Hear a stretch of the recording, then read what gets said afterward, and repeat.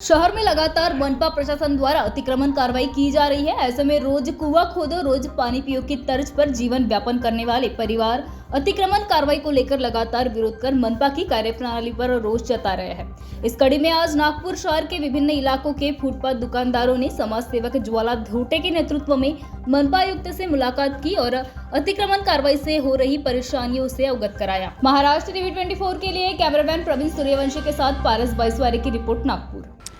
सर्वप्रथम तर मी हे सांगू इच्छिते शासनाला, प्रशासनाला आणि पोलीस विभागाला की आपला देश दंडूशाहीनी नाही चालत, आपला देश हुकुमशाहीनी नाही चालत, आपला देश संविधानाने चालतो आणि संविधानाने देशाच्या प्रत्येक नागरिकाला स्वतःचं पोट भरण्यासाठी व्यवसाय धंदा करण्याची सवलत दिलेली आहे, अधिकार दिलेला आहे। आपला भारतीय संविधान म्हणतो की देशाच्या कोणत्याही कानाकोपऱ्यात जाऊन तुम्ही तुमचा व्यवसाय धंदा पाणी करू शकता आपलं पोट भरण्यासाठी। एक नंबरचा धंदा, मी दोन नंबरच्या धंद्याबद्दल बोलत नाही आहे। एक नंबरचे धंदे हे करतात, प्रामाणिक व्यवसाय बिचारे करतात, आपलं पोट पाणी भरायसाठी, पोटाची खळगी भरायसाठी हे सगळे फुटपाथ दुकानदार, हात ठेलेवाले जो व्यवसाय करतात, हा तर लॉ वाईज, कायद्यावाईज हा तर चांगला व्यवसाय आहे। हा काही दोन नंबरचा धंदा नाही आहे।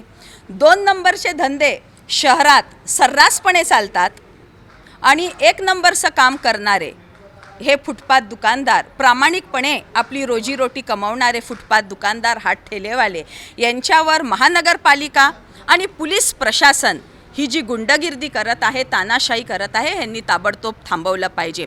पोलीस विभाग आणि महानगरपालिका आपल्या खिशातून यांना पैसे देणार का घर चालवायला? आपल्या देशाचे सन्माननीय पंतप्रधान माननीय नरेंद्र मोदी साहेब म्हणतात आत्मनिर्भर भारत। आत्मनिर्भर भारतचा नारा मोदीजींनी दिलेला आहे देशाला। हे सगळे फुटपाथ दुकानदार आणि हात ठेलेवाले हे आत्मनिर्भर आहेत। हे सरकारकडे भीक मागत नाही, कोणत्या योजनेचा लाभ घेत नाही।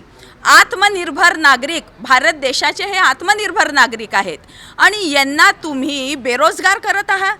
नागपूर महानगरपालिका, सोबतीला पोलीस प्रशासन, नागपूर पोलीस या सगळ्या फुटपाथ दुकानदारांना बेरोजगार करत आहेत। तुम्हाला काय नागपूरमध्ये बेरोजगारांची फौज बनवायची आहे? बेरोजगारांची आर्मी बनवायची आहे? देशात मोदी साहेबांनी नारा दिला आहे गरीबी हटाओ, गरीबी हटाओ सा नारा दिला है। गरीबों को हटाओ सा नारा दिलेला नहीं है, परंतु नागपूर महानगरपालिका आणि पोलीस प्रशासन यांचा संयुक्त उपक्रम सुरू आहे। गरीबी हटाओ नहीं, गरीबों को हटाओ। हा अन्याय अत्याचार सहन करणार नाही।